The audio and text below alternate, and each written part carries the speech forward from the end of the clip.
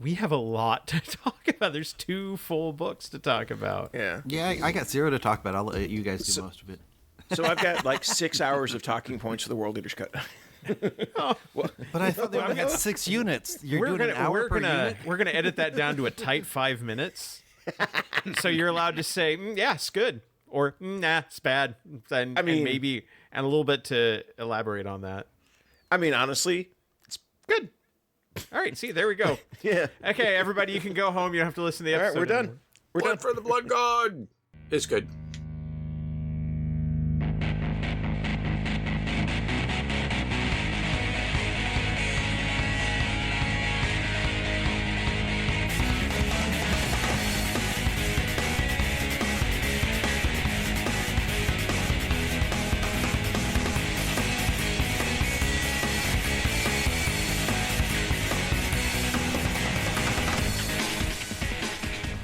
Welcome to Preferred Enemies, the Warhammer 40k podcast that's learning that chaotic things come in pairs. I'm your host, Rob.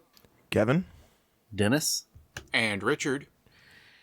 And we have a double codex review today.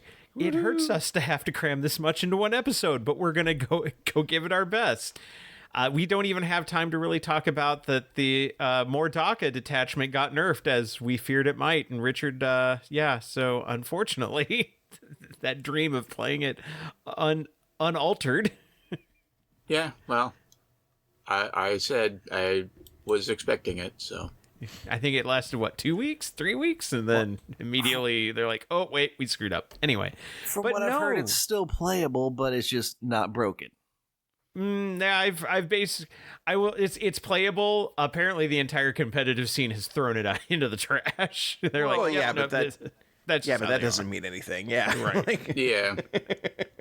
Yeah, I'm still gonna give it a go on its nerfied head and see how it plays. Yeah. Whenever I get a chance. Yeah.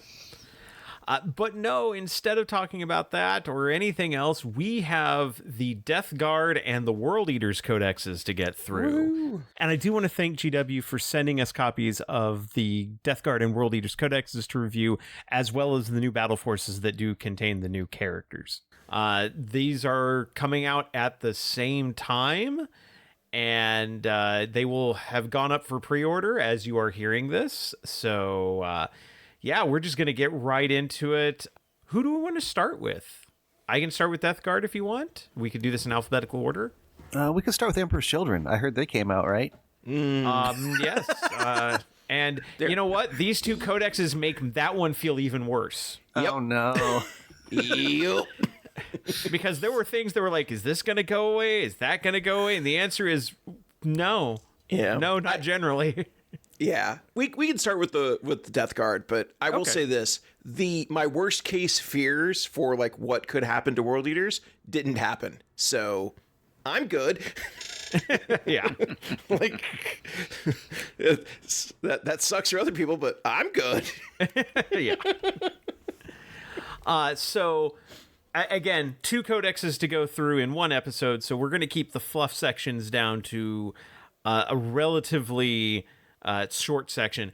But yes, the Death Guard are the Chaos Legion that has most directly lined up under Nurgle, and I would say fallen to Nurgle, because unlike the Emperor's Children, who actively chose their fate, did so with relish, the Death Guard kind of got tricked into theirs. I would say theirs isn't quite as tragic as the World Eaters. We've talked about the World Eaters at depth and how they are possibly the most tragic of the 4 god-specific Chaos Legions. But the Death Guard still basically, like, Typhon, who became Typhus, ends up basically making a deal with Nurgle because Mortarion, if I remember, it didn't like Psychers, and Typhon was one. And so during the Horus Heresy, they end up falling in with Horus. They purge their loyalists. The first Plague Marine gets created during the book The Flight, or he's kind of a Plague Marine. He's also kind of possessed in the book Flight of the Eisenstein, which is a really good book. I do recommend reading that one from the Horus Heresy series. But on their way to Terra, the entire Death Guard fleet gets becalmed in the warp by Typhon. Like, he makes a deal with Nurgle. They get to be calmed in the warp. They're stuck there, and the destroyer plague starts running rampant through the entire Legion, but it won't let them die. So they're all just absolutely suffering from this plague. And eventually Mortarian's like, okay, I can't stand to see my sons suffering, so who do I have to deal with to get out of here? And it turns out, yeah, you just have to give yourself over to Nurgle, and he becomes a demon prince of Nurgle willingly.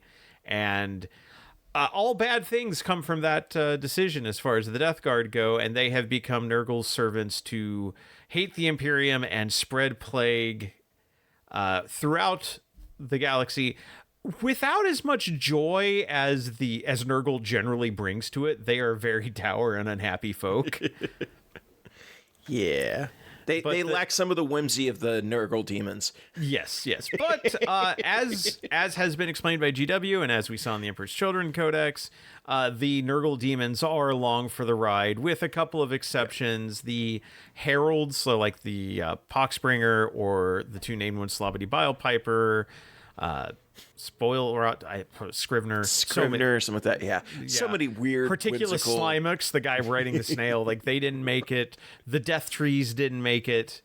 But all the other, like, generic, and one, like, kind of like how we had Shalaxi in the Emperor's Children Codex, we do get Rotigus in the Demon Codex. Yeah.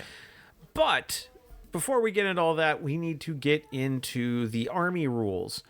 And they did something kind of interesting here. They took what were the detachment rules. The army rule for Death Guard in the indexes was just, you had this contagion range that grew every turn, and it was a bubble of -1 toughness. It went from, like, first battle round, it's 3 inches, second battle round, 6 inches, third battle round onward, it's a 9-inch bubble from your units, and that would be an aura of -1 toughness. Now it's an aura of Afflicted. It basically causes a debuff called Afflicted. What Afflicted does is a little bit modular, and this is the part that got brought in from the detachment. It used to be just -1 toughness, and then the detachment let you also choose an additional plague, and that would be applied as well. That is now just the army rule. So you have -1 toughness, and then you choose one during your, like, declare battle formation stuff of the game setup. So it's either Skullscorn Blight, which is -1 to hit, like a unit effect of this is -1 to hit at all times. Rattlejoint Ague, their armor save is worsened by 1. Or Scabrous Soul Rot, their movement, leadership, and objective control are reduced by 1, although the OC can never drop to 0 because of that. So that's your army rule, and it's important that Afflicted is what gives those debuffs, not the aura itself. The aura gives Afflicted, and the reason I bring that up is they play a lot with that Afflicted status in this codex, and I think that's kind of neat. It's a better way to model this, and it gives them a lot more design space to play with, which we are always fans of, playing around with the design space. Mm-hmm. I think rather than get into the detachments, though, we're gonna talk about the units first, because I think understanding the units will then give the detachments a bit more relevance, a bit more context. And first off, just want to pour one out for the units that didn't make it, as we are wont to do. Some things that didn't make it were like the generic Death Guard Chaos Lord, the Death Guard Chaos Lord and Terminator Armor, the Death Guard Sorcerer and Terminator Armor, and Death Guard Cultists. These were kind of generic Chaos Space Marine units, and they have been left shunted over in Chaos Space Marines.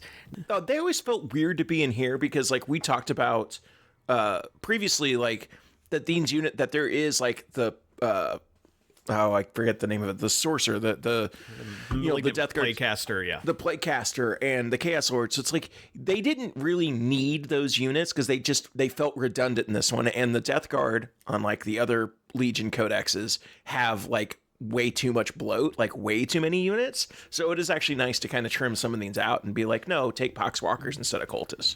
Yeah. I will say, if any codex it deserves to have bloat, it would be the Death Guard. For sure. They are swollen with plague.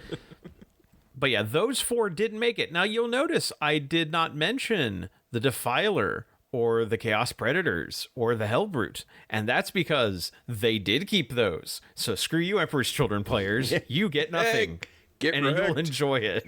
Maybe they're just waiting for a year, and next year Emperor's Children will get modified vehicles of all these? I hope so. It like just a Sonic Dread, a Sonic Tank. Sure. It just maybe. makes them make far less sense in context. Yeah, and we'll talk about this when we get to the World Eaters as well, because spoilers, like the removed unit section is incredibly tiny for the World Eaters. Yeah. Or maybe here's another idea. Maybe we just roll all these shared units into one major codex and just release these as supplements. I was actually thinking about that. I was like, I like these being separate codexes from the perspective of there are shared units, and actually, again, we get to the World Eaters part, there's some weird like naming stuff that I thought was just odd design choice. But like, I like having them as separate codexes because there's minimal unit spillover, and then the armies play drastically different, unlike Space Marines, where Space Marines mostly still play like Space Marines. I will agree but disagree. Space Wolves are the main one I'm talking about, and they played totally different, and now they don't probably as should much. just have their own codex, for sure. But there is minimal spillover, but it's also like, it feels, and I know we've talked about this before, it feels like the World Eaters and the Death Guard and the Thousands, and the Emperor's Children codexes were designed by different groups at different times with different aims. And like, it's so weird to me that you would then be like, we're releasing all of the Chaos codexes at the same time as one big Chaos Spectacular, when it was very clear that like just wildly different designs and goals. And like, I don't understand. It seems like just such an easy, we hit this a lot last time, but like, just seems so easy to be like, no, give them Hellbrutes, give them Cultists, give them, these tanks that everybody has, that nobody has ever taken a World Eaters Predator. Not a single World Eaters player has ever taken a Predator. And we have like 3 of them in the Codex. It's like, why? That might actually be taken in the Emperor's Children. Like, yeah. It's wild. Yeah. But anyway, so I'm going to move on to our units, and we'll start, of course, with Mortarion, the demon Primarch of the Death Guard, who got hit, like his unit abilities shifted quite a bit, and his attacks got stronger. So, for example, the Lantern, his relic plasma pistol, still has sustained hits D3 to kind of reference it being a beam weapon like it used to be in older editions. But it also gained +1 strength, so it's now strength 10, which is really solid.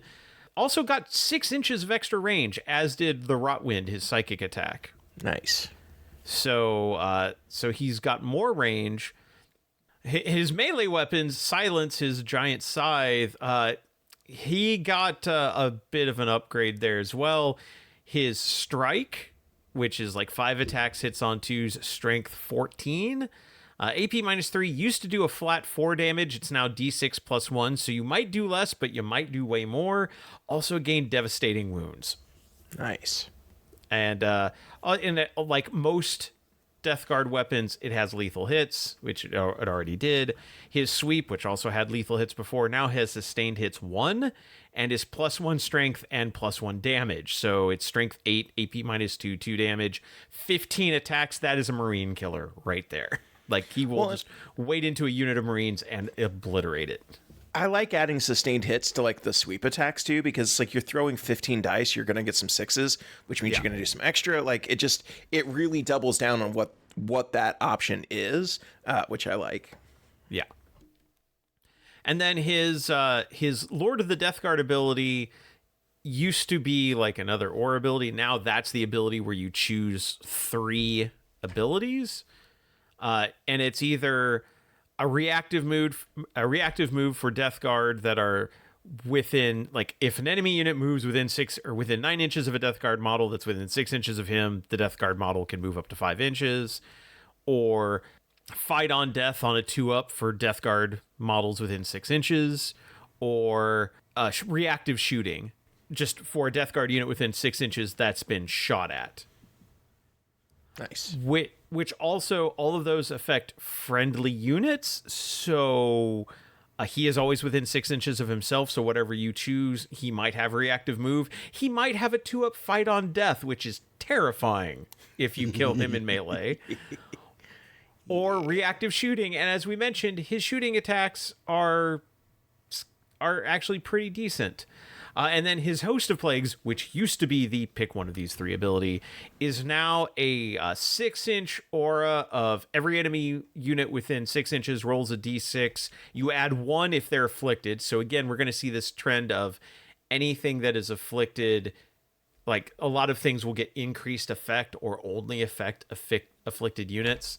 It's +1 to roll to see if they, on this ability, on a 3-up, so 2-up if they're afflicted, they take D3 mortal wounds. So he just has a 6-inch aura of most likely cause mortal wounds. So, and he still has his 5-up feel no pain of the 2-up, 4-up save. He's pretty hardy, and like definitely not a unit you want to get stuck in at. And thing is, his Host of Plagues is at the end of the movement phase. It's not like engagement phase or anything. He just has to move close to you to possibly cause mortal wounds. Moving on, we've got Typhus. Not a lot of changes on him, but the one big change, and we see this over and over again through this army on the infantry, +1 toughness. This army was already one of the tougher Marine armies. They are now as tough as Custodes. Their base infantry, Plague Marines, are tough 6 now. Typhus is tough 7 with a 2-up, 4-up save. Like he's Custodes strong. And the only other big change is he has this Eater Plague where it's like a psychic ability he uses in the shooting phase. It used to not be able to target units that had lone op. It now can. So it just does mortal wounds. On a 2 to 5, it does D6 mortal wounds. On a 6, it's D3 plus 3. So he's particularly nasty. Demon Princes got treatment similar to what we saw with the Emperor's Children Codex. The Demon Prince on foot has lone op if it's within 3 inches of a Death Guard infantry unit. Also gained +1 toughness and +1 movement. So that's another thing that we see on a lot of these slower, like the Terminator style units and on the Demon Princes, is they got faster. So this army does not plod nearly as badly as it used to. It is a strictly 5-inch movement army rather than possibly 4 inches if you take Terminators, which is good because you may want to take the Terminators in this army, and there's an entire detachment about them, which we'll get to. And then also the Demon Prince, it no longer has a 6-inch aura of feel no pain. It is instead a 6-inch aura of cover, and it has the ability that we usually assign to like Space Marine captains of pick a unit within 12 inches once per battle round. It can use a stratagem for 1 CP less. Also lost its Plague Spewer. It now just has the Infernal Cannon like all other Demon Princes. Although, again, as a Death Guard unit, almost everything has lethal hits. Oh, and its Strike got 7 attacks up from 6. And its Sweep went from AP 0 to AP 1, so all its melee attacks got nastier. We see the same upgrades on the Demon Prince with Wings. The Demon Prince with Wings now also causes Battle Shock test when it charges at -1, and non-monster, non-vehicle units within 6 inches of it have to make a Desperate Escape test to fall back from it. And when they do, if they're battle shocked, they subtract 1 from the Desperate Escape test. So if a Demon Prince with Nurgle gets in with you, or Demon Prince with Wings gets in with you, you're going to have a hard time getting away. Also, again, like I said, +1 movement, +1 toughness. So moving 12, T11. T11 is a really good point for that monster to be at. That is absolutely. Yeah, that is a much stronger option. The Lord of Virulence. We're getting into the characters now. Again, +1 movement, +1 toughness. So movement 5, tough 7. It always had an aura that let you reroll wound rolls with ranged attacks. It now has a Blight Bombardment ability, which used to be this thing where you target an enemy unit, and if you shoot at it with blast weapons, you could reroll wound rolls. Now it is, all Death Guard units reroll hits of 1, against that unit. If it's a blast weapon, you reroll all the hits. So it's a better version of what it was. Better for blast, but better for everybody else. So if you aren't running blast or you've lost your blast weapons, the ability is not useless, which is good. Nice. We've got our first new unit with the Lord of Poxes, which is basically your replacement for the Death Guard Chaos Lord, because he is a model that can only join Plague Marines. He's armed with a plasma pistol and a Great Plague Blade, which 6 attacks, strength 8, hitting on 2s, AP -2, 2 damage. So again, a Marine killer with dev wounds and lethal hits. Oof. Yeah. His contagion range is 3 inches larger. Not his units, just his. But also, when he's leading a unit, he has an 18-inch lone op. Nice. Yeah, he's a very solid add-on. The Lord of Contagion, also +1 movement, +1 toughness. And again, the Lord of Poxes is T6, so he's got Plague Marine stats. Again, this army is... They basically decided, this army wasn't tough enough. It wasn't reflecting Death Guard enough, so we're just going to crank up the toughness dial and see what happens. I'm actually fine with that. Yeah. But it does mean, guard players are really going to suffer. When your las guns go from wounding on 5s to wounding on 6s, you're in a bad spot. Nobody likes guard players anyway. That's the same as an orc detachment who's going up against stealth units. Yeah. Let's see. Lord of Contagion, who also +1 movement, +1 toughness. His strike attack is now strength 9 instead of strength 8. Which really solid. And then his ability used to be, hey, if I'm leading a unit, you can reroll hits in melee. Now it's you're leading a unit, you get sustained 1 hit or sustained hits 1 and lance. And he no longer has an aura that causes mortal wounds, which that's kind of bad. But instead, he has I get back up on a 2-up. He has Celestine style recovery. That's not bad. And he's going to be attached to a unit of Blight Lord or Death Shroud Terminators, so that's a lot to chew through to even kill him the first time. Getting to our Malignant Plaguecaster, again, +1 toughness. Here's your Psyker. His Gift of Contagion ability used to be and I'm going to use air quotes, psychic ability, because you cast it and you would roll, and as long as he didn't roll a 1, it would go off and it would give a unit -1 to wound you. To now it's just a leader ability. When he's leading a unit and you are targeting a unit that is afflicted, your attacks have sustained hits 1. Okay. He also has an ability called Pestilent Fallout. After he has shot and his attacks are a bolt pistol, or he has a Plague Wind psychic ability.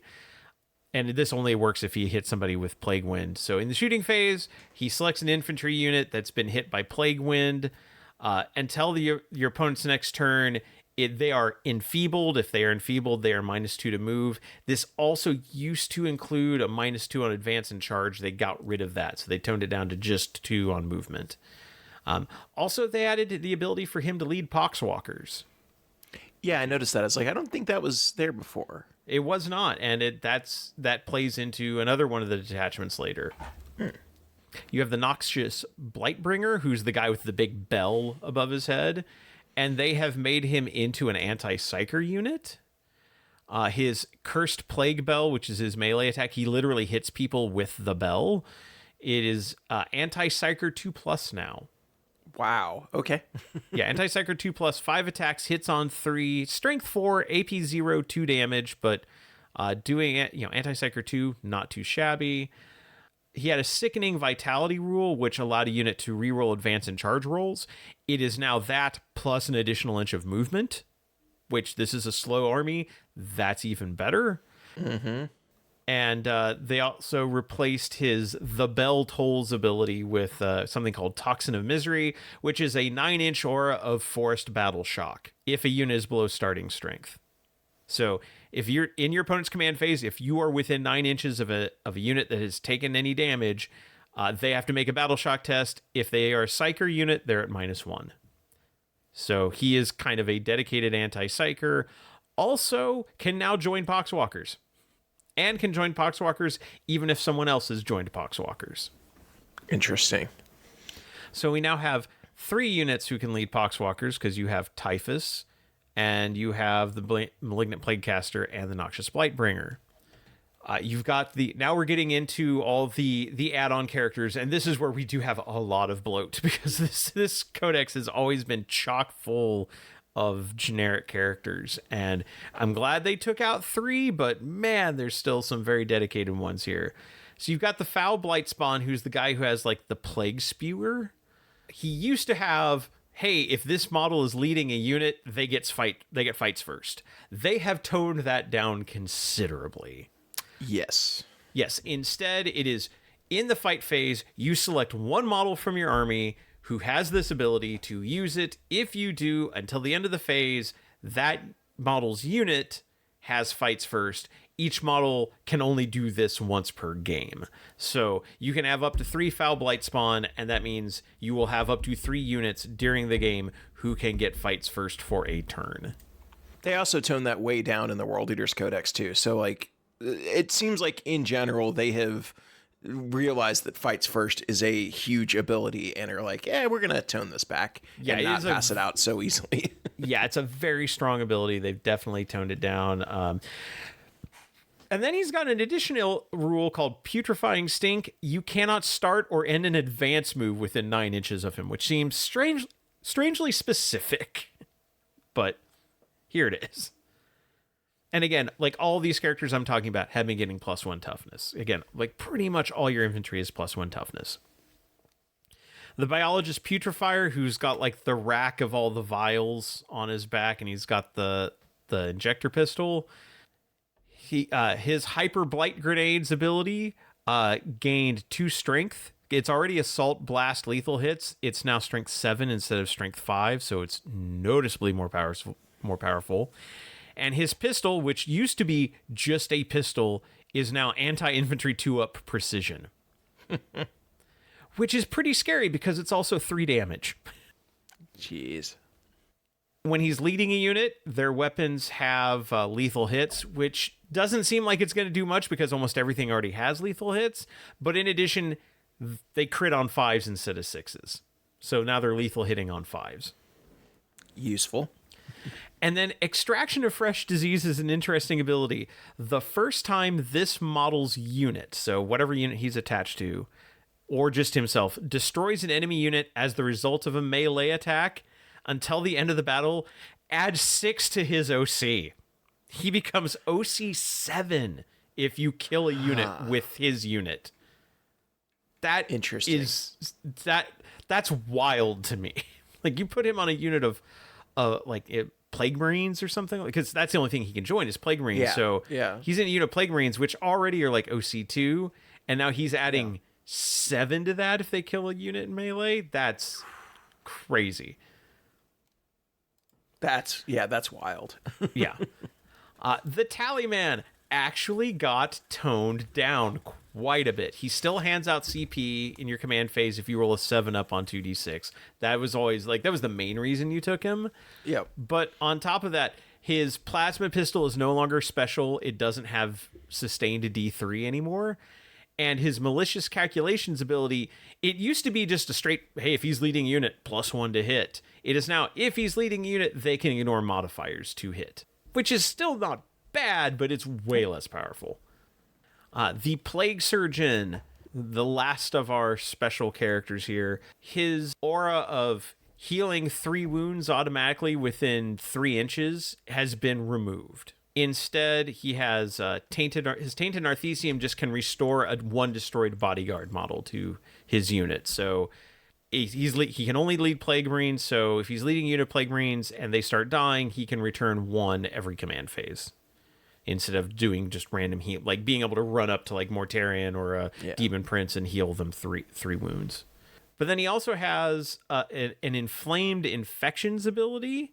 Enemy units, at the start of the fight phase, you select 1 enemy unit with an engagement range. You can crit them on 5s. If they are below half strength, you crit them on 4s. Ooh. To hit, that is. And again, lots of lethal hits in this army, so that's auto-wounding on 4s in some cases. All right, getting into our less charactery units, we have Poxwalkers, which gained an inch of movement, so they are now moving 5 inches along with everything else. Woo. And they got Infiltrators. So you can now kind of set them up on the board where you need them. Otherwise, they are the same. They have lethal hits that hit on 5s, feel no pain 5 up.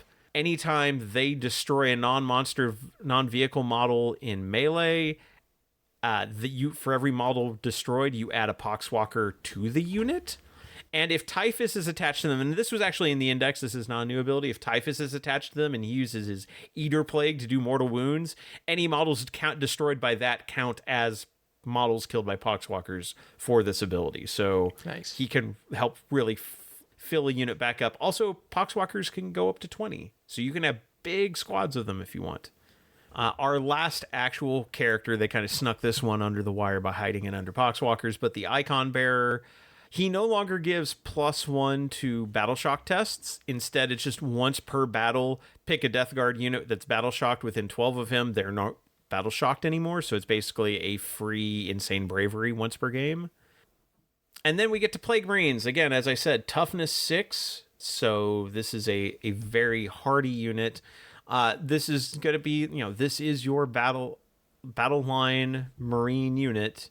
They did gain, the champion can gain a Power Fist rather than having a heavy plague weapon as their only heavy choice. The stat line is almost identical, except they hit on 3s with the Power Fist instead of 4s. Nice. Which is weird. Normally the Power Fist is the one that hits less often, but here we are. Their Blight Launcher gained Blast and went to D3 attacks instead of 2 attacks. So possible to get a lot more attacks with it. Also, they no longer have +1 to Battle Shock. I was wrong. I was reading the wrong way. The Icon Bearer didn't have a +1 to Battle Shock ability. The Icon Bearer had a contagion range of 12-inch ability. So, sorry. It's the Plague Marines that had the +1 to Battle Shock tests. They don't have that anymore. Instead, if they shoot a unit, you select one enemy unit that Plague Marine hit, so don't split fire, or if you split fire, you can only pick one of them. Whatever unit you hit is afflicted. So you can just grant afflicted, which now means they get all the plagues that you picked. Oh, that's so they cool. get the mind. You can shoot something with a Plague Marine, and now they are -1 toughness, and then whatever of those 3 plagues you picked.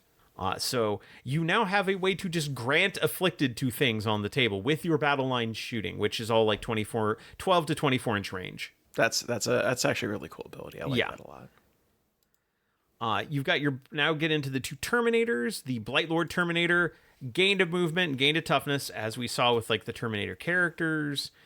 They lost their ability to reroll wound rolls of 1. Instead, the restrictions here are kind of interesting. If the unit is starting strength 5 or has a character leading it, because you can take them in units of 3, but if you take a unit of 5 or they have a character leading them, then anytime they target an afflicted unit, you improve the strength and AP of the attack by 1. So the ability's been noticeably toned down, but again, we're playing around with this afflicted status. And you want to spread at things being afflicted as much as possible. Or you want to have characters leading this. You don't want to take the small size units. You want to take at least 5 to really get the benefit of this. Then you've got the Death Shroud, which are the Terminators that are built to be bodyguards.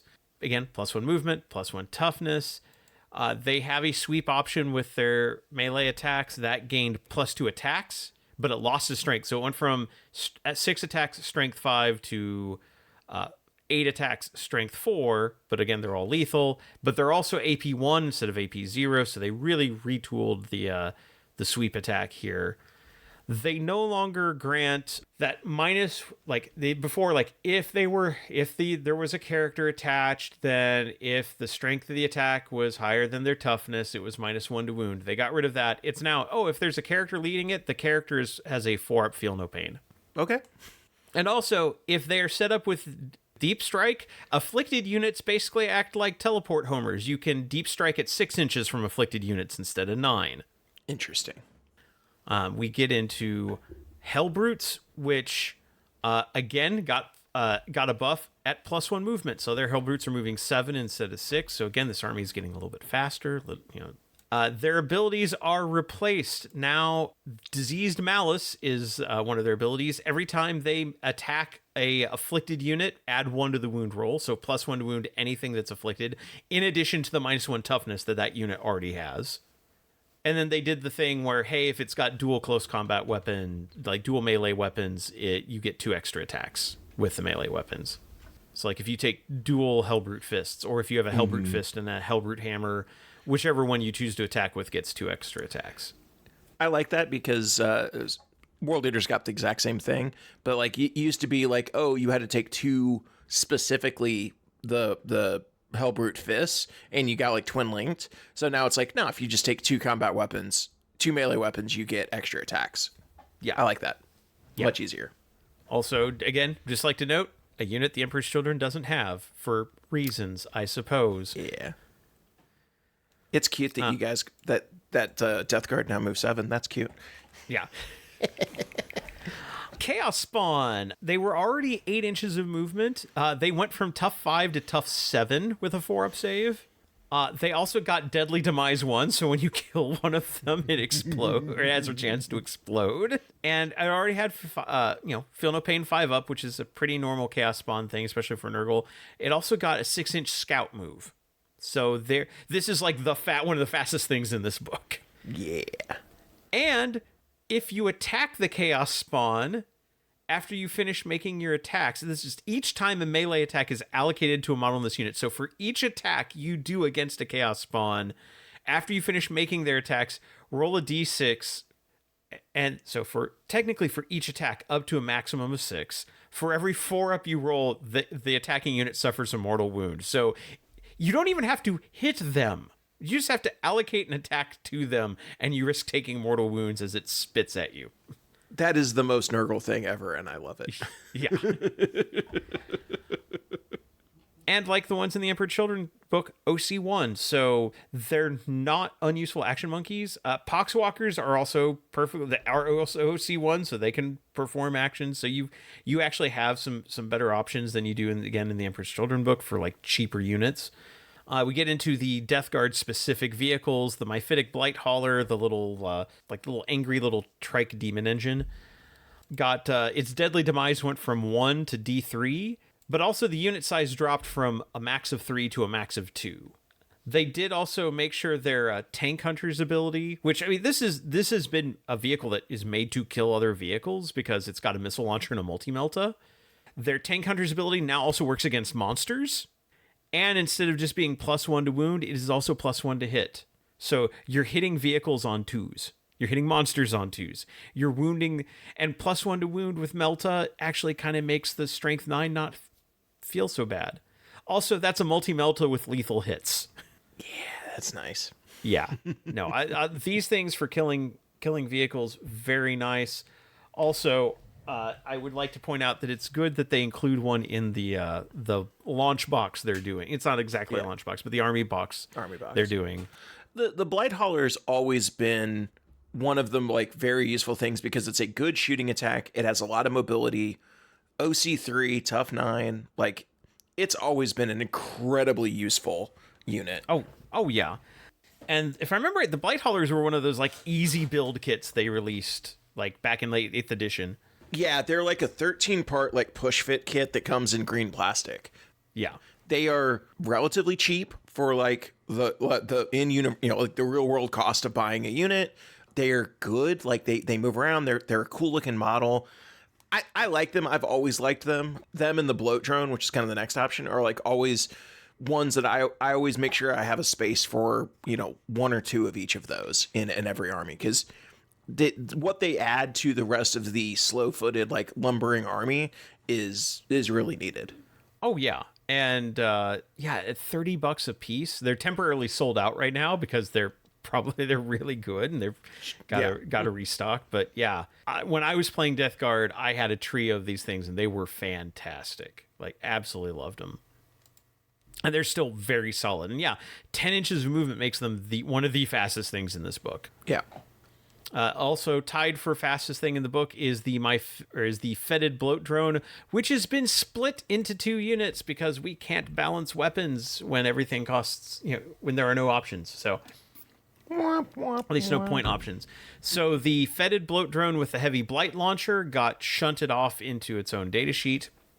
The main change there is that its deadly demise went from 1 to D3. But this thing is Also, it's fast. OC3 is not bad for a small vehicle. The Plague Spitter, of which it can take 2, is anti-infantry 2-up, ignores cover torrent. So with D6 attacks, so 2d6 torrent attacks that wound infantry on 2s is terrifying. Or the Flesh Mower, which is 10 attacks, strength 7, AP -1, 2 damage. Either of those options are very solid.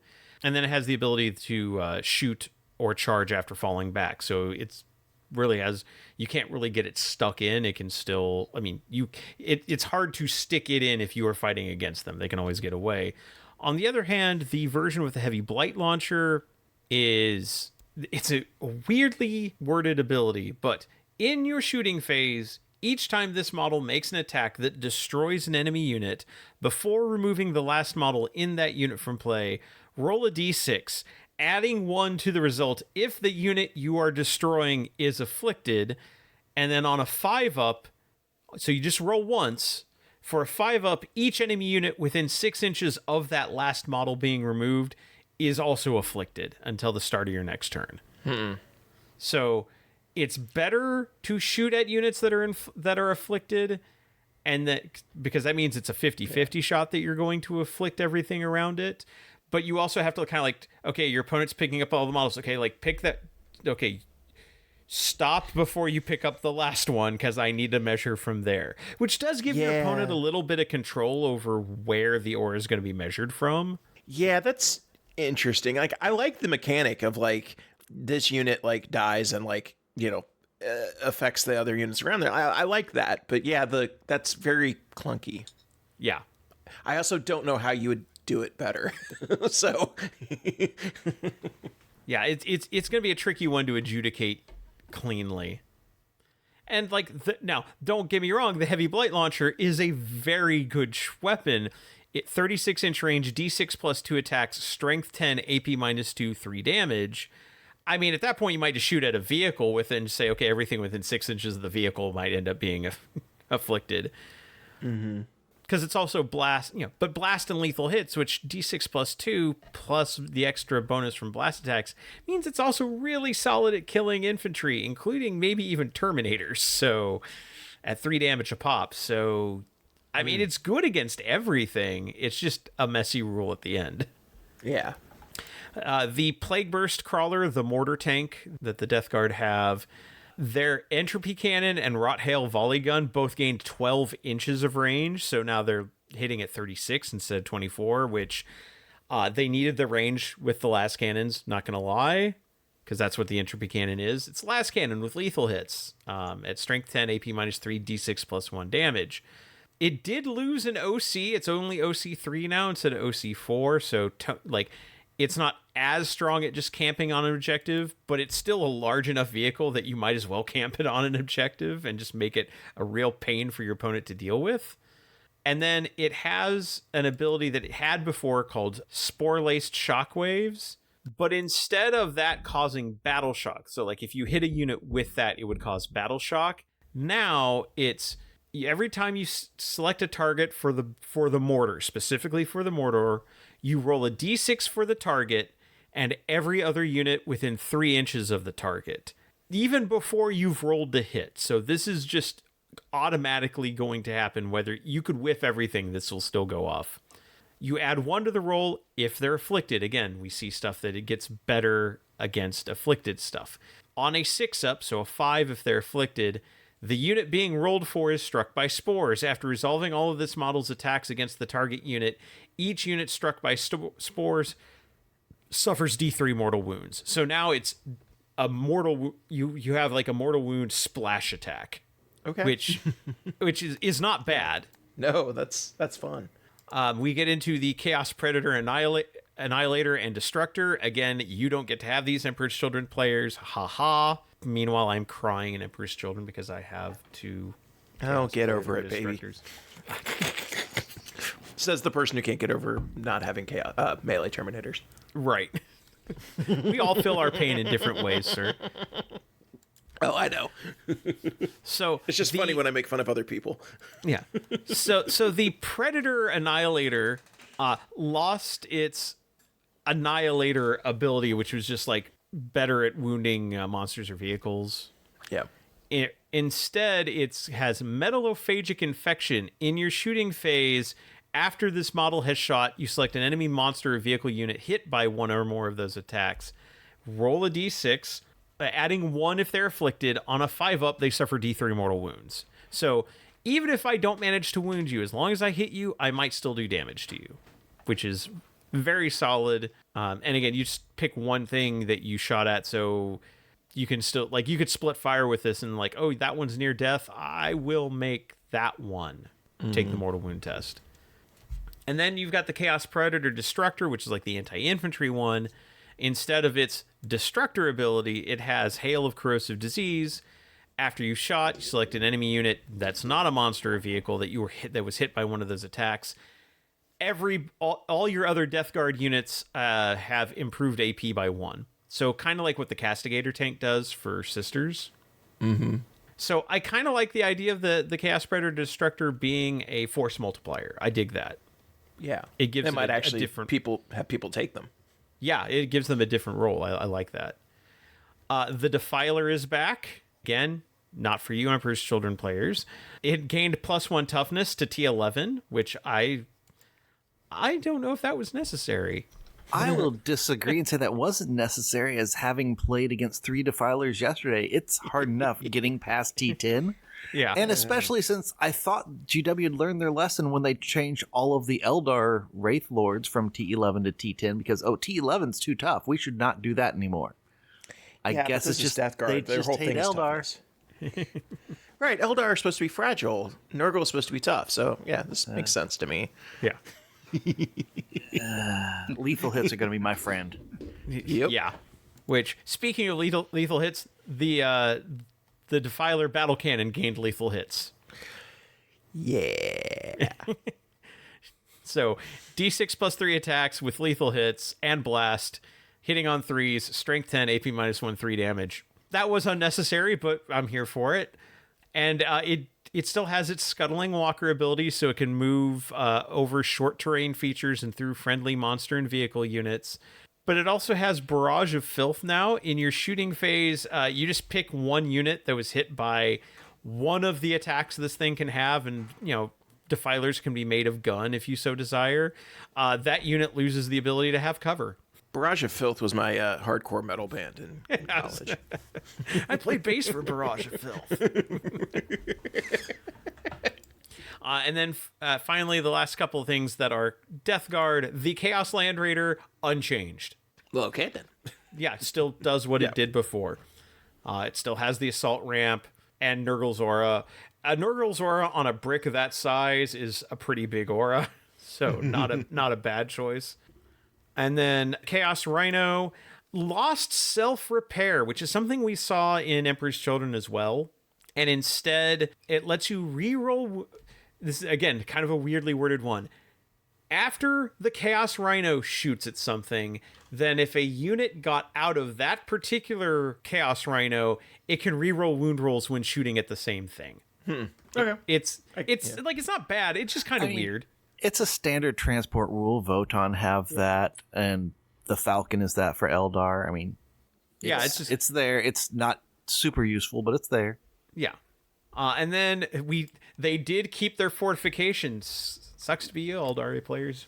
Get right. Not that I don't think anyone was really taking the miasmic malignifier that much, but it is now, instead of being a 6-inch aura of -1 to be hit, it is now a 12-inch aura of no reinforcements may be deployed here.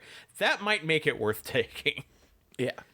Because one of those in your backline near an objective, yeah, I could see that. Like, prevent people from deep striking onto your objectives.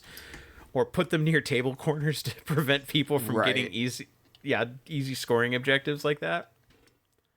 And then the other things that were added to this book, the Nurgle demons. So we've got Rodagus, who from the Chaos Demon Codex gained a 6-up Feel No Pain, which is not the best Feel No Pain, but it's not nothing. It'll spare you a wound here and there.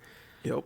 His Gnarl Rod Strike, which his weapon is the Gnarl Rod, which is also also a metal band.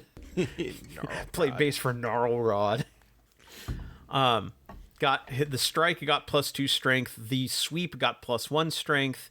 His streams of brackish filth torrent ability with devastating wounds.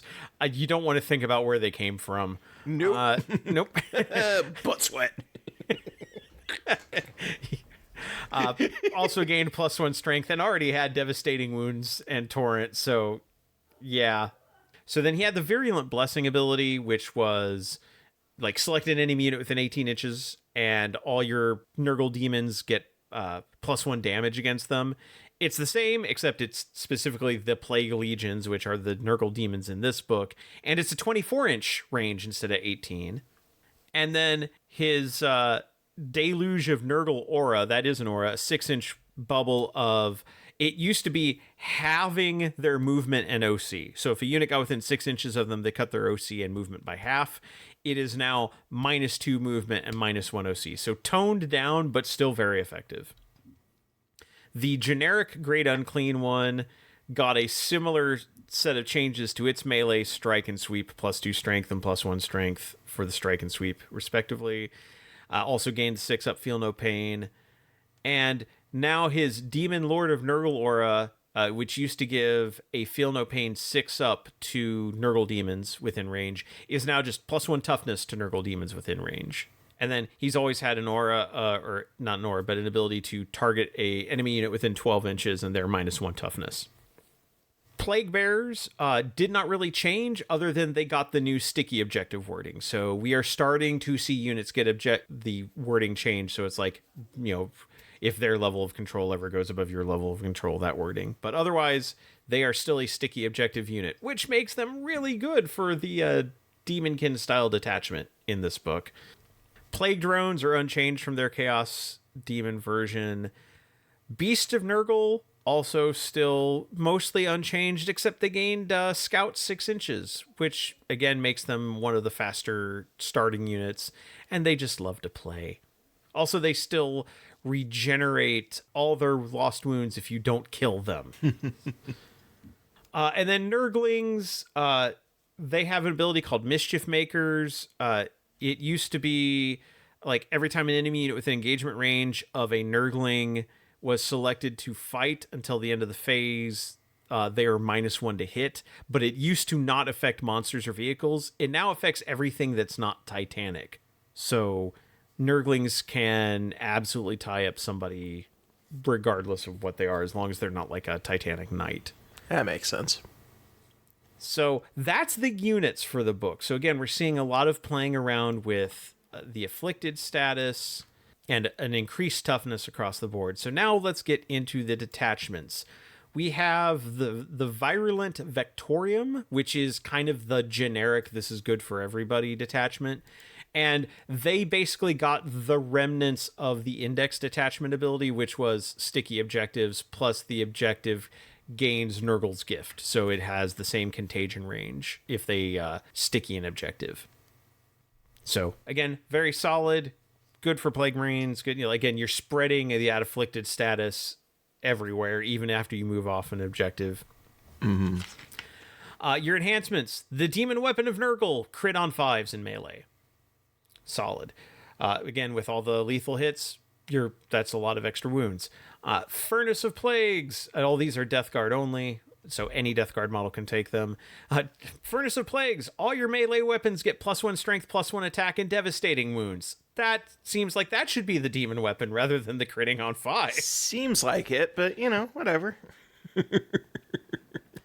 Arch Contaminator. If you are within range of an objective marker you control, reroll wound rolls for that unit.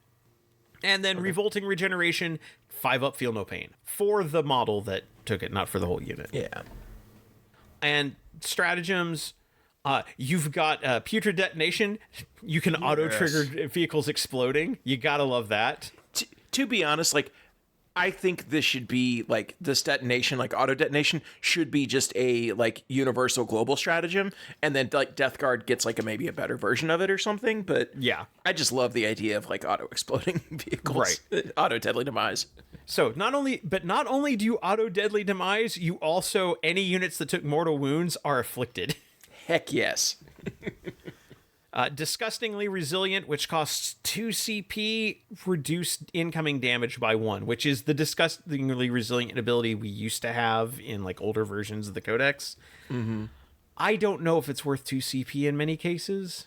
That's a lot for one phase of it's very, very specific. Like certain units, I could see like somebody like Mortarion or somebody like that. Yeah, I could definitely see it. I could see situations where you absolutely will want to use that because like, oh, I don't want this unit to die or something. But yeah, 2 CP definitely makes the cost benefit analysis a lot harder. Right. Plague Surge, also 2 CP. As long as your Warlord's on the battlefield for a turn, all your contagion ranges go up by 3. All of them for the entire army. That seems worth 2 CP. that does seem worth 2 CP. Leech Spore Eruption for a CP. You select a Death Guard model in your army that has lost 1 or more wounds. Select an enemy unit within 3 inches of them. Roll a d6 equal to the number of wounds you have lost. Again, this is like screaming for being on Mortarion. For each 5 up, they suffer a mortal wound up to a max of 6, and you gain those wounds back up to 6. That one's really good. That one I'm surprising that's not 2 CP. That seems really powerful. Yeah, but it's on 5-ups and stuff. Like there's a lot of fiddly parts to that. You have to roll a d6 and then you roll a 5-up and conditionally. If that was 2 CP with all the conditions, I don't think it would get used that much. That's okay, fair. Overwhelming Generosity for 1 CP. Pick an enemy unit one of your characters can see. Anytime you are rolling the number of attacks against that unit, so like blast abilities or torrent weapons, you can re-roll the dice. And then Creeping Blight, you pick a unit, and if they are specifically an infantry unit, if they are targeting an afflicted unit, re-roll hits and wound rolls. So again, afflicting somebody with like, hey, I shot you with a unit of Plague Marines, you're afflicted. Now everybody re-rolls hits and wounds against you. Or this infantry unit re-rolls it, I should say. So that's the generic detachment. Then our remaining detachments are all themed because we're going to have a vehicle detachment, a character detachment, a demon detachment, a poxwalker detachment, and a terminator detachment. That's a lot. It's a lot of detachments. I do also, 6 detachments total. I do like that they have very clear themes. Yes. And everything kind of leans into that. As we talked about before, like Death Guard has like enough units and enough like variety of units that like they can do multiple themes. So I'm glad they're kind of leaning into that. Yes. So Mortarion's Hammer, this is your vehicle detachment, but the detachment rule is more like the siege bombardment for guard. At the start of the battle round, select a number of enemy units more than 12 inches away from anything you have on the battlefield, and they become afflicted until the end of the battle round. So if you're playing a 2,000 point game, it's basically 1 unit per 1,000 points. So in a 2,000 point game, every turn you can just say, yep, those 2 units there, they're afflicted. Our enhancements: Eye of Affliction, Death Guard model only. You gain ignore cover against afflicted units. Bile Maw Blight for Plague Casters only. At the start of your shooting phase, your Plague Wind gets 12 extra inches of range, which that one's not too bad. Shriekworm Familiar for any Death Guard. Free Overwatch once per battle round. And Tendrillous Emissions for the Lord of Virulence only. While the bear is within 3 inches of 1 or more Death Guard vehicles, the bear gets Lone Op, and each time one of those vehicle units makes a ranged attack that targets an enemy unit he can see, reroll wound rolls of 1. It's basically a Tech Marine-ish ability. I don't hate it for him. Yeah, that's useful. And then your stratagems: Blighted Land, another 2 CP one. Select a terrain feature within 24 inches of one of your vehicles that you can see until the start of your next turn. Enemy units within 3 inches of it are afflicted. Okay, that's cool. Yeah. I like that. Relentless Grind for 1 CP. Vehicle can move through terrain. We've seen that one before. It's always a good one. Drawn to Despair for 1 CP. When one of your Death Guard units it shoots, if you're shooting at something that's not an aircraft in your opponent's deployment zone, you can reroll hits. So you want to have like the larger range on your weapons, but it's also not vehicle specific.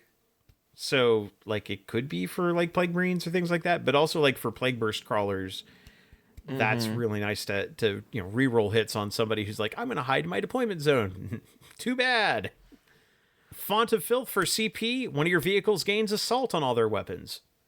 Eye Stinger Swarm. This one's a little bit weirdly worded. Choose a vehicle, choose an objective marker that vehicle can see. Each afflicted enemy unit within range of that objective marker has to take a battle shock test. So there's a lot of things that have to kind of work together. It's like, I'm going to afflict you that you're on an objective marker. I'll afflict you with my bombardment. My vehicle can see you, so now you have to make a battle shock test. It's weird. There's no penalties or anything to the battle shock test. And it's in your opponent's command phase, so it does mean it's a chance to prevent your opponent from like scoring an objective, which that's good. It's just kind of a tricky combination of abilities. I mean, I think the best way to where that's like most likely going to work is a Hellbrute, a Blight Drone, or something like that just gets up into melee. And like then you're within the afflicted range because you're close enough. So I don't know that it's necessarily. I think there's a lot of scenarios where you would be able to do it pretty easily. Yeah, interesting. Yeah. And then Stinking Mire, when someone tries to charge one of your vehicles for 1 CP, subtract 2 from their charge roll. It's fine. Yeah, I'm useful. Yeah. Champions of Contagion. You can change your plague every round. This is our character detachment, by the way. Every round, it's just like, I'm just going to change which plague I'm going. I was on -1 to hit, but now I think I'm the -1 leadership and OC one.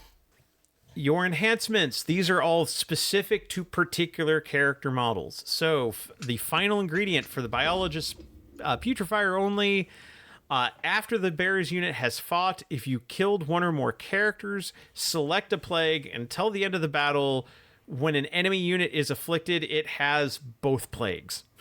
Okay. So like, oh, I killed a character, I give double plagues to everyone who's afflicted. Visions of Virulence for the Malignant Plague Caster. Hey, if you hit them with that Pestilent Fallout ability after hitting them with Plague Wind, they're also afflicted. Needle of Nurgle for the Plague Surgeon. Instead of just restoring 1 bodyguard unit, he can restore D3. That one, I think, might be a must-take for him if he's in this. And then the Corconophagus for the Lord of Poxes. Just in the declare battle formation step, select a plague. If you're in contagion range of the Lord of Poxes, who has extra contagion range, they just get both plagues. So well, okay then. Yeah, so this is like, how many debuffs can I stack in this army? And then your strats, and most of these are either tied to character units or to attached units. So for example, Blessings of Filth for a CP, pick an attached unit, they crit on 5s now. So it just has to be like, again, so they just have to have a character attached to them. Malignance Magnified for 2 CP, an attached unit rerolls hit rolls and wound rolls against anything below starting strength. Grotesque Fortitude for CP, another for an attached unit, add 2 to their toughness when they're targeted. Remember, you're a T6 army now. This unit is now like T8. Or possibly T9 if they're Terminators. Yeah, that's wild. Yeah. Rabid Infusion. This is for a Death Guard unit from your army that includes 2 character models. And that's important because a lot of these characters say like, okay, I can join Poxwalker or I can join Plague Marines, and I can also join Plague Marines even if another character has joined them. So if you do have a unit that has both characters attached, that unit gets fights first for the fights phase. So there's where our fights first went. Mobile Vector. This one is interesting. So you do it in your movement phase before reinforcements. You pick a character who is not leading a unit. They can join a unit within 2 inches that doesn't already have 2 leader units or one of your characters leading it, and they can join it. They just become a leader to it. So like if you have a unit was like, oh, I lost all my characters, or I have just the character, I lost all my bodyguards. Oh, well, I can join another unit. Okay. I like that. I always like those abilities because it just seems like a thing that you can, yeah, I like those. They had this as a house stratagem in the LVO narrative, and I really liked it there. So yeah, having it just as a thing, like especially this is an army where you're going to have as many characters as you can scattered throughout. So being able to like reposition some of those characters, that's cool. And then finally, Death's Heads. In your shooting phase, When you have a biologous putrefier unit that's not in engagement range of one or more enemy units and has not been selected to shoot this phase, select an enemy unit within 8 inches and visible. You haven't shot yet, so this has nothing for that, but you select a unit within 8 inches and visible, not counting vehicles. Until the start of your next turn, they have all the plagues. So, just like all the debuffs against something that this guy can see within 8 inches. So not only is this the character detachment, this is also the all the plagues detachment. Then we get into our demon detachment, which is the Taliban summoners. And much like the Emperor's Children one, you get the, hey, if when a demon is within so many inches of a Death Guard unit, they get an ability, and vice versa. So when a demon unit is within 7 inches, and I should say Plague Legions, not demon, because there are demon Death Guard units, but when a Plague Legions unit is within 7 inches of a Death Guard unit, the Plague Legions unit gets the Nurgle's Gift ability, so they get the bubble of Afflicted. When a Death Guard unit is within 7 inches of a Plague Legions unit, the Death Guard's contagion range goes up by 3. Okay. Much like the Slaanesh one, up to half your army can be demons. No Plague Legion models can be your warlord, so RoeTaKa and Great Unclean ones can't be your warlord. But they do still have an upgrade for the Great Unclean one. Your enhancements, Beckoning Blight for Death Guard only. Every time a Plague Legions unit is set up from your army, if it's set up wholly within 12 inches of the bearer, they can deep strike at 6 inches instead of 9. So it makes your Death Guard into teleport homers. Fell Harvester for Death Guard only. Add 2 to your attacks for your melee weapons, which is always solid. Entropic Knell for the Great Unclean one. In the Battle Shock step of your opponent's command phase, each enemy unit within 6 inches of the bearer that is below starting strength must take a Battle Shock test at -1. If you're taking a Great Unclean one, I don't know why you wouldn't take that. Just to mess with people more. And then the Tome of Bounteous Blessings, also one that I think you always take for this army. For the Malignant Plaguecaster only, each time a Plague Legion unit within 12 inches of the bearer takes a Battle Shock test, add 1 to the test. And if they passed, one model in the unit regains up to D3 lost wounds if it's battle line, i.e. Plague Bearers. They restore D3 destroyed models instead. So it's like the old icons that demons used to be able to take, where like, hey, you pass a morale check, you get models back. Okay. So your stratagems, Persistent Pests for 1 CP. When one of your Nurgling units is destroyed, put another one into strategic reserves at full. Yeah, it checks out. Yeah. Clutching Corruption. A Death Guard unit can reroll melee hits against an enemy that's engaged with the Demons unit. So like a plague. So, oh look, you're tied up by these Plague Bearers. Well, now this Death Guard unit rerolls hit rolls against you. Cool. And that, again, only in the fight phase. But shooting is fine too, because we have All Is Rot for 1 CP. Select a Plague Legion unit from your army that is within engagement range of one or more enemy units. Until the end of the phase, those enemy units can be shot at. They're not considered to be in engagement range. However, each time an enemy unit model loses a wound due to shooting attacks, while the model's unit is within engagement range of your unit, you roll a d6. On a 5-up, your unit the demon unit suffers a mortal wound after all the shooting. So kind of something we've seen on Guard had something like that in one of the detachments. Like, yeah, I can tie you up with close combat and then shoot you. Mm-hmm. So this is the same kind of thing. You can tie up somebody with a demon unit and then shoot them, and then you just risk taking some mortal wounds. But then just have a Malignant Plaguecaster and nearby and just restore them. Fleshy Avalanche for CP, Plague Legion's monster, which means it's going to be a Great Unclean one of one variety or other, can move through terrain. Avatars of Decay, choose a Plague Legion unit from your army until the end of the phase. When an enemy unit is within 6 inches of your unit, they're afflicted, which is useful if you are now outside of that 7-inch bubble from your Death Guard. So like if you have that Great Unclean one kind of gets separated from the rest of the Death Guard around it, it can still afflict people. And then Mire Slick, when someone someone who is not a monster vehicle tries to fall back from one of your Plague Legion units, they have to make a leadership test. If they fail, they remain stationary. So this detachment is all about like tying people up with your demons, and and then using your Death Guard against what they've tied up. Considering that Plague Bearers also have sticky objectives, this is solid. I think this one's got some real potential from a scoring perspective. Yeah. And I have played against the Carnival of Excess, the Emperor's Children one. That one was particularly nasty by being able to give, like, having the, like, Demonettes be able to give a unit of Emperor's Children, like, sustained hits with, like, Noise Marines who already had sustained hits, so they could crit on 5s instead. It was very, very nasty. So these, like, synergy builds have some real potential to unlock nastiness. So... Yeah. And again, you know, you want to spread afflicted as much as you can. So your demons getting afflicted if they're close enough, and your Death Guard having extra bubbles of afflicted.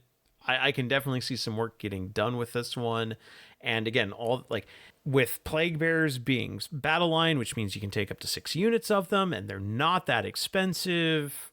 You can really, like, you've got a lot of board control options with this detachment. I really do like this one and where it can go. One that surprised me was the Shamblerot Vectorium, which is your Poxwalker detachment. And when I say Poxwalkers, I mean you're going to need to bring plenty of Poxwalkers. Because the ability is, in your command phase in each of the following battle rounds, you add a new unit of 10 Poxwalkers to your army in strategic reserves, which for a 2,000 point game is rounds 2, 3, and 4. So you need to bring 3 extra units of Poxwalkers, or just rebuild them after you've lost other Poxwalkers. But remember, Poxwalkers also regenerate themselves in close combat, so bring lots of Poxwalkers. And their battle line, so you can take, 6 times 120 20, of them. 120, 100, yeah, basically you would need 150 plus. Yeah. Yeah. Poxwalker, yeah. Have fun. That could make this potentially the most expensive army in this book, because a box of 10 is $37. Oof. So just to get to 100 is $370. You're talking like $600-$700 worth of Poxwalkers to really, max this one out. That's a lot for basically an army that's just going to annoy people. Yeah. I have filled the board with Poxwalkers. And remember, they have infiltrators now too, so you can infiltrate a 20 model strong unit of Poxwalkers. Yeah. Oh my god. So your enhancements, and remember I said it's kind of important that Blightbringers and Plaguecasters can join Poxwalkers now. So there's the Witherbone Pipes for the Noxious Blightbringer. While the bearer is leading a Poxwalkers unit, add 1 to its OC, and every time they take Battleshock leadership tests, add 1 to those tests. Lord of the Walking Pox for any Death Guard model. If the bearer is leading a Poxwalker unit and it's in strategic reserves, then the current battle round is always 3. So you can set them up pretty much, from any table edge, even on turn 1, because the current battle round is 3. Sorrow Siphon, Malignant Plaguecaster only. While the bearer is leading a Poxwalkers unit, add 1 to the damage characteristic of the Plague Wind weapon. And every time they make 1 or more attacks with the Plague Wind weapon, after the bearer's unit has resolved its attacks, D3 bodyguard models from the bearer's unit are destroyed. So you're feeding Poxwalkers into doing more damage. I'm strangely okay with that. Yeah. And then the Talisman of Burgeoning. Any Death Guard model, while the bearer is leading a unit, add 1 to the toughness characteristic of Poxwalkers in that unit. Because tough 5 Poxwalkers is what this army needed. Yeah. Get wrecked. Yeah. Prepare to chew through my 20 tough 5 Poxwalkers. And if they get into close combat with you, I will have more. Oh, wow. So now our strats. Grip of the Walking Pox, which, by the way, the Curse of the Walking Pox is the ability that makes Poxwalkers regenerate after close combat.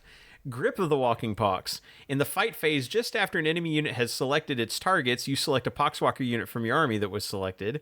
After the attacking unit is fought, roll 1d6 for each model from your unit that was destroyed as a result of those attacks. On a 6, the attacking unit suffers a mortal wound. If your unit is not destroyed, then those enemy models that died from those mortal wounds count as having been killed in close combat for the purposes of bringing back poxwalkers. Now, it's only on 6s, so you're talking like a couple. There's also no cap on it. Yeah, there is no cap on it, so if your dice are hot, or if you cheat, you could... How dare you accuse me of cheating? What? I'm not accusing you of cheating. I'm saying that if someone cheated... Ooh, boy. But let's say you don't manage to save that unit. Let's say they kill all the poxwalkers. Smeared with filth in the fight phase after one of your poxwalkers units has been destroyed by fighting. Select an enemy unit that made one or more attacks that targeted that unit this phase. Until the end of the battle, that enemy unit is afflicted. They're so covered in dead poxwalker, they are permanently afflicted. Yeah, it checks out. Yeah. Gnawing Hunger. In your command phase, select a poxwalker unit. They get +1 movement, +1 attack, and +1 strength for a turn. Again, don't think they needed that, but here they are. Hidden Amongst the Dead. Choose a poxwalker unit from your army that's in strategic reserve and that is not attached. They get Deep Strike. You can Deep Strike a unit of 10 poxwalkers. One of those free ones that just pops up into your reserves. That's ridiculous. Shock and Horror. After one of your Death Guard units, which note, it doesn't have to be a poxwalker, but come on, let's admit it, it's going to be a poxwalker unit. After they charge, every enemy unit with engagement range has to make a battle shock test at -1. All of them do, so you could multi-charge with a blob of 20 poxwalkers and just battle shock everything. And then finally, Shambling Wall for 1 CP. After your opponent has selected targets for shooting, select a Death Guard unit that was targeted, and a poxwalker unit within 3 inches of that unit. Until the end of the phase, anytime an attack would be allocated to your Death Guard unit, instead you just kill that many poxwalkers based on how much damage they would take. I'm sorry, you're going to shoot my tank? No, you're going to kill these poxwalkers instead. We strap the poxwalkers to the tank. It's fine. Here's the thing. There's nothing saying that the Death Guard units being shot at can't also be a poxwalker unit. Oh, you're shooting these poxwalkers? You're actually hitting the poxwalkers behind them. And considering how many poxwalkers you have to you could cram into your deployment zone. I thought horde armies were for the old world. This is insane. Is it good? I don't know. Probably not. Almost assuredly not. Poxwalkers are garbage in melee. But this does sound super fun. This is we're not finished. Certain definitions of fun, we'll say that. I was going to say, because the just moving this army, it's like, you know why that Lord of the Walking Pox enhancement that lets you treat the current battle round as 3 is important? Because you're never going to get to round 3. Right. You'll be lucky if you finish round 2. I now have to move 120 models. I have to roll attacks for 120 models. I'm going to be adding, oh, look, here's 10 more. That's 130 models. Nah, you know what? I don't have enough space. Let me just deep strike these guys in. Yeah. Ridiculous. Again, is it good? I don't think so, but almost assuredly not. But it is so amazingly stupidly fun. And if you ever wanted to, this is begging for like Imperial Guard versus like the zombie horde onslaught. Like, this is a narrative game you set aside a day for and just play. And then finally, the Death Lord's chosen is our Terminator detachment. Now, the detachment rule does not trigger on Terminators, but everything else does. So the detachment rule is in your opponent's command phase, roll 2d6 for each afflicted unit, subtracting 1 from the result if the unit is below half strength. If the result is 6 or less, that enemy unit suffers d3 mortal wounds. So anybody who's afflicted, and remember, you can take things that can just hand out afflicted if need be. All your enhancements are for Terminator characters. There are 2, the Lord of Virulence and the Lord of Contagion. So that's the only ones that can use these. You do have 3 Terminator characters, but one of them is Typhus and thus cannot have enhancements. Mm-hmm. So your enhancements are Face of Death. At the start of the fight phase, each enemy unit within engagement range of the bearer's unit has to take a battle shock test. which is actually not a bad ability. Dante has the same thing. I love it. Vile Vigor. While the movement bearer is leading a unit, add 1 to the movement characteristic of models in that unit, and you can reroll advance rolls made for them. Considering your Terminators move 5, which is what everyone's Terminators move, now they move 6 and reroll advances. Solid. The Warp Rot Talisman. Once per battle, if you're not in engagement range, you can put your unit back into strategic reserves. And remember, they all have Deep Strike. And then Helm of the Fly King. While the bear is leading unit, you have 18-inch lone op on Terminators. They didn't need that. Your strats, and again, almost all of these target Terminators. One of them targets a Lord of Virulence, who is a Terminator character. So Blooming Pestilence for 1 CP. One of your Terminator units has 3 inches extra contagion range until the end of the phase, for any phase. Grim Reapers for 1 CP in the fight phase. Select a Terminator unit. You can reroll hits against anything that's not a monster or vehicle. Undying Spite for 1 CP. In the fight phase, one of your Terminator units fights on death on a 4-up.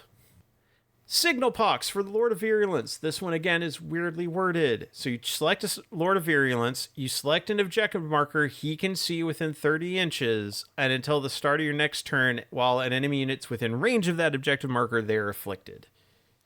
So it's kind of similar to how he has like a 30-inch, okay, you can reroll hits of 1 against a thing. Now I can also gauze afflicted against the thing if they're within range of an objective marker that I have picked. Mortarian's Teachings. One of your Terminator units gets Assault and Heavy in the shooting phase, which plays very nicely with that advanced rerolls enhancement. Yeah. And then finally, Sickening Impact. One of your Terminator units can tank shock on a 2-up. Right? And when I say, like, you roll a d6 for each model in your unit that's in engagement range of the enemy unit, and for every 2-up, they do a mortal wound, which it's generally going to be no more than like 5, but still. Sure. But why not? Yeah. I mean, if you're going to go Terminator heavy, it's going to be an expensive army. You're going to have a very low model count, but if you want to play that game, though, you have all the tools to do it. Of the detachments, the ones I like the best, the Virulent Victorium is just the generic good, solid. I think that one's going to be the one that comes up the most. And I think the Demon one has some potential. The others, like, they aren't bad. Like, they're all good. I think just the generic one is still just the best one out of the bunch. Mm-hmm.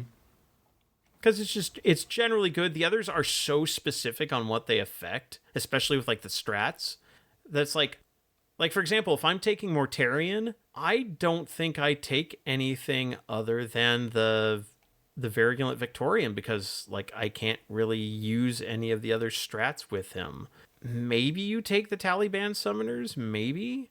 I could also see him in Deathlord's Chosen, but he can't use any of the stratagems. Yeah. But maybe he doesn't need to if he's got an extra aura of D3 mortal wounds that he's handing out. Because he already has a 6-inch aura of mortal wound that is stronger against afflicted units. This gives him 2 of them. So maybe you take him in that. I do like that. I look at these and like Mortarion's not required in several of these. Yeah. I mean, Death Guard, they are probably the most fleshed out of, as far as like units and varieties of units and being able to handle different kinds of threats of any of the 4 Chaos Legions. So I think they were in the best position to be easy to build around. And I think that holds. I think also looking at this army, I don't know if it's a big winning army. I think they'll be solidly in the middle of the pack, maybe higher middle of the pack. They'll just be harder for a lot of armies to deal with because of the extra toughness throughout. Yeah, I think they become a much more of like a gatekeeper kind of army. It's like, well, you have to plan for fighting this army. Yeah. So, yeah, which isn't bad. It's not a bad place for them to be. Yeah. And I think that like the Taliban strikes me as like that seems like the better version of the Shamblerot Victorium, because I think Plague Bearers are going to be better for you than Poxwalkers in many cases. Yes. Because with sticky objectives, and you can still take like 60 of them on the table in that detachment. I mean, I was putting together a list based on what current points are, because we don't know what the final points of this are going to be. And of course, the app complained because it's like, you're allying in too many demons. It's like, yeah, and so shut it. The only thing that I would say that, and granted, this is based off of the point values in the back of the book, which will change, but the only reason why I said the Poxwalker one might be more like useful in certain scenarios, 10 Plague Bearers are 110 points, 20 Poxwalkers are 120. So if you're wanting to just clog the board with bodies, the Poxwalker one is significantly cheaper. yeah. But I do think that you're right. I think Plague Bearers are better for it basically in everything. So, you know. I have Nurgle demons. We have this, the Poxrot Vector, which is this Battle Force box, and I have a unit of Plague Marines with a Malignant Plague Caster from the Kill Team, like, Learn to Play set that they did, where they, like, re-released all the Nurgle heroes. And with just what I have, and this was using a Death Guard Chaos Lord in place of a Lord of Poxes, because, again, he's not in the app yet, so I can't build around that. But there's also an icon bearer included in the kill team stuff. So, like, with what I have here and a couple of rhinos, which I actually have a couple, like, Demos pattern rhinos for Horse Heresy that I haven't built, so I could use those, and I think that would be very on point. And the Defiler that I still have, strangely enough, I still have a Death Guard Defiler. I was able to get, like, a 2,000 point army, which is what I had, and assuming that using this, like, the demon detachment, and I could play around with those points easily because I was only had like 700 points of demons. I could have pushed that, like, just by taking slightly different units. I think it's an interesting one to build, and I like being able to build it without having to be referencing 2 books. So I like that. Yeah. But I like those two the best. But I see, like, where all of them have their place. I think that this army does have enough vehicles, like with all the demon engines and such, that Mortarian's Hammer is actually a viable detachment as well. You just want to make sure you have some things to score objectives with. The Champions of Contagion lean, like, it's fun that it leans into the characters and the plagues, but I'd have to see how, other than the potential of handing out to the -1 leadership, -1 movement, -1 OC to everything in addition to other debuffs, that could tip the balance for you, and it's going to be Plague Marine heavy because all those characters can mostly just join Plague Marines. I think those are solid. The Terminator one's okay. I don't hate it, and yeah, I don't think the Shamblerot one, I don't think the Poxwalker one is good, but it's stupid, like, in a way that only zombies can be stupid and fun. Yes. So overall, I think it's a good codex. I think it's a fine book. I don't think Death Guard players will be unhappy, and I do like that it leans into making their Death Guard feel a bit more elite. They were kind of turning into a horde, like, debuff army. They are still a debuff army.